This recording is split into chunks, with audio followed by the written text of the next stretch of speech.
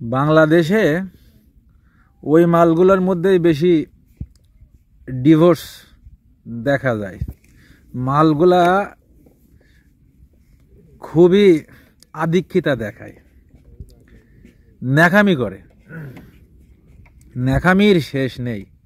উঠতে বসতে স্বামী স্ত্রীর মধ্যে ন্যাকামি।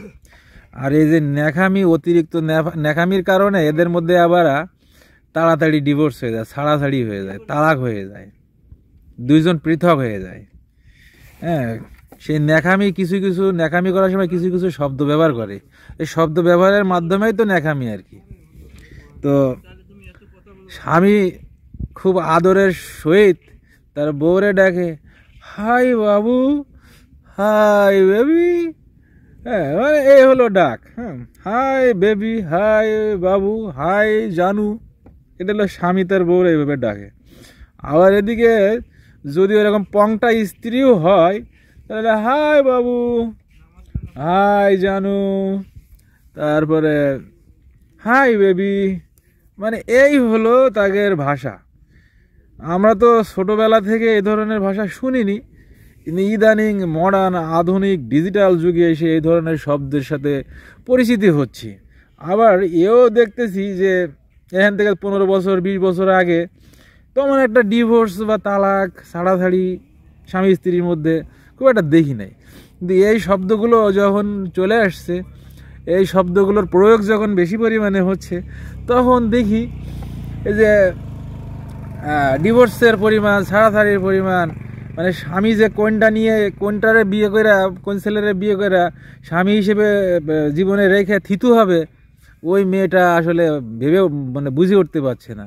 অ্যাট দ্য সেম টাইম ওই ছেলেও সেম ঘটনার মধ্যে পড়ে যাচ্ছে যে কোন মেয়েটারে নিয়ে সে জীবনসঙ্গী হিসেবে সারা জীবনের জন্য থিতু হবে।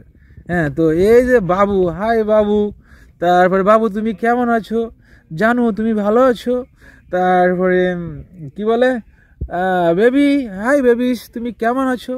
মানে এটা ওই স্বামী স্ত্রী দুইজনেই, মানে এটা হলো বেশি আধিক্যতা আর বেশি কি বলে এটার ন্যাকামি, ন্যাকামি প্রেম প্রীতি আর কি। আর এই ন্যাকামি প্রেম প্রীতির কারণে আবার দুইজন খুব তাড়াতাড়ি ডিভোর্স হয়ে যায়, দুইজনের খুব তাড়াতাড়ি ছাড়াছাড়ি হয়ে যায়, উভয়ের কুল হারিয়ে বসে থাকে। হ্যাঁ, তো এই যে হোগা মারা খায় এই দুইজনই।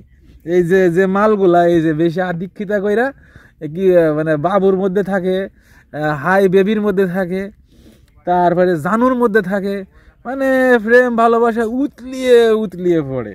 মানে যে ভালোবাসা আসলে কি কব আর কি।